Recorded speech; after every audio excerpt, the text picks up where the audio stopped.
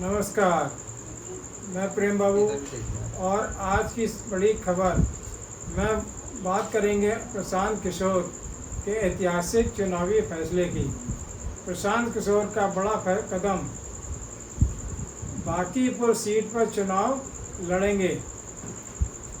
जब जन स्वराज पार्टी के संस्थापक प्रशांत किशोर ने घोषणा की है कि वे बिहार की बांकीपुर विधानसभा सीट से उपचुनाव लड़ेंगे।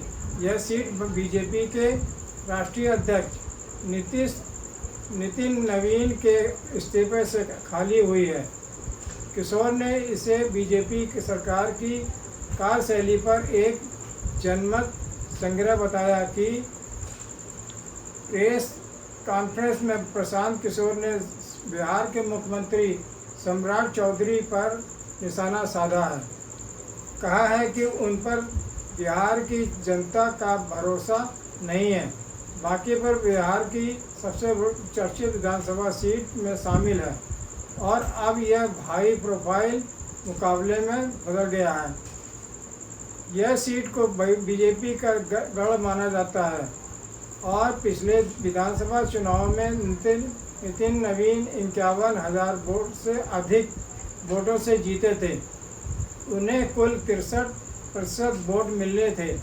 बीते गुरुवार को चुनाव आयोग ने बिहार, मध्य प्रदेश और गुजरात के 3 विधानसभा उपचुनाव कराए जाने की घोषणा की। प्रेस कॉन्फ्रेंस में प्रशांत किशोर ने बिहार के मुख्यमंत्री पर निशाना साधा। उन्होंने कहा, हमने चुनाव के पहले और बाद में भी ये स्पष्टता से कहा था कि सम्राट चौधरी के बाद चाल, चरित्र और चेहरा पर कोई विश्वास नहीं है। बिहार का एक बड़ा जनमानस है जो इन पर भरोसा नहीं करता। ये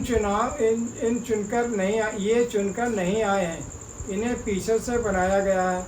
चुनकर जनता ने तो नीतीश कुमार को चुना था।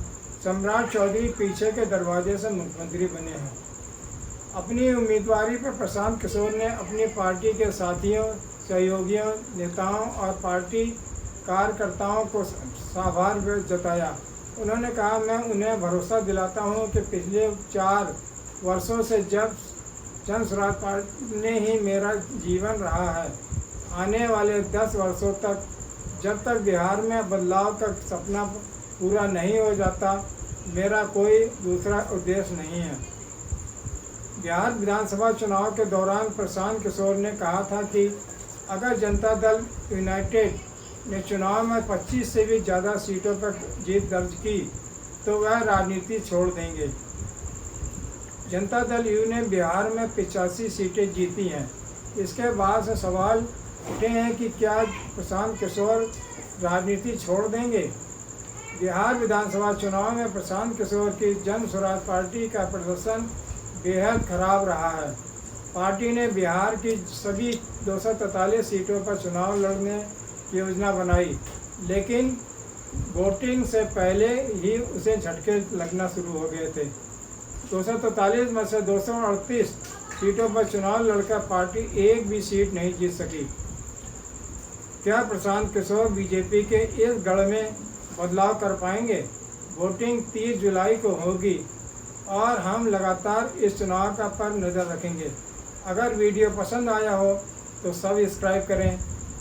नया अपडेट के लिए बेल आइकन दबाएं, शेयर करें, कमेंट्स करें।